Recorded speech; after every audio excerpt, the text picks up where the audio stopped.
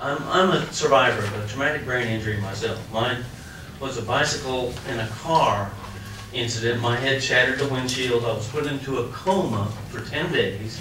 Made rapid recovery after that, and somehow I convinced somebody to give me to bring a joint to the hospital, and that, to make a long story short, greatly aided my ongoing recovery.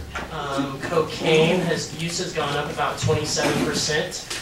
Marijuana use, really popular. It's up 8.5%. What have you guys been doing? I read an article in the Los Angeles Times, very credible newspaper, this weekend that said 460,000 marijuana plants had just been destroyed this weekend outside Mendocino Forest in California. 101 were arrested. 80% of efforts in marijuana eradication take place in the great state of California. I hope you know that. 2.5 million plants were destroyed in 2008. This is life being destroyed. 5 times the amount in 2004. So with all this rising drug use, I don't think the DEA is doing much of a good job. Has the DEA been effective in curbing that violence and reducing the amount of drugs and money crossing the border?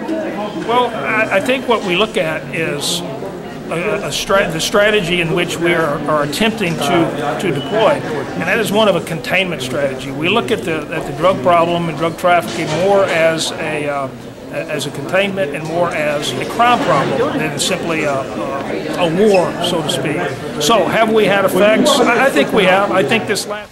Drug laws ostensibly protect people from the effects of drugs, but these laws themselves violate the self-ownership rights of peaceful people. People have the right to consume whatever they want in their bodies. This represents an initiation of force. No one has the right to initiate force against others. According to a study published in The Lancet, alcohol is more destructive than heroin or crack. But I don't have the right to slap my neighbor's beer bottle out of his hand and throw him in a cage because I don't care for his beverage choice. Drug laws represent a policy of aggression against peaceful people by the government. 21% of U.S. prison population is nonviolent drug offenders. Almost 500,000 people in the U.S.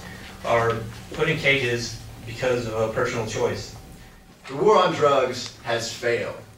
It is such a failure that the Drug Enforcement Administration itself has changed the wording.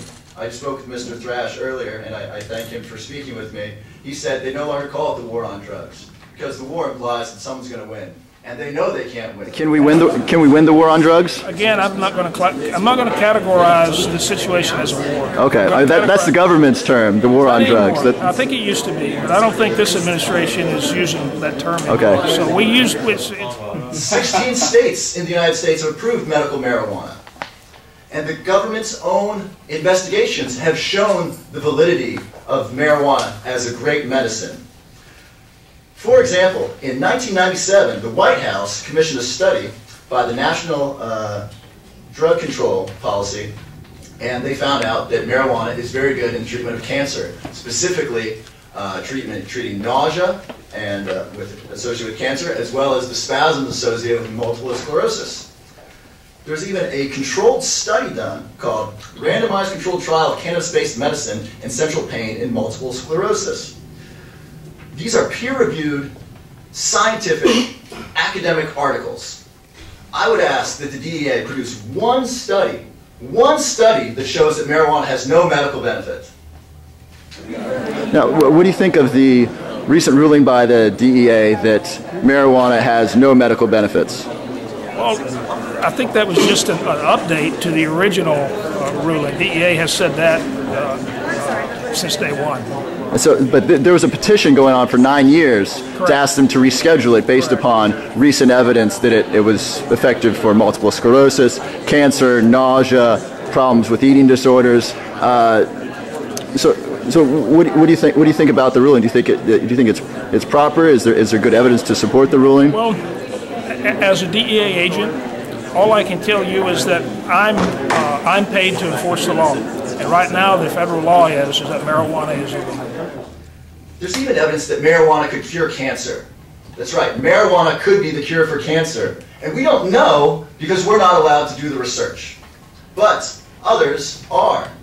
Dr. Manuel Guzman in Spain, he's done a lot of research. He's found out that THC combined with CBD, cannabidiol, the second most active ingredient in marijuana, actually stops the growth of cancer tumors in a petri dish and will actually kill the cells, leaving the healthy cells untouched.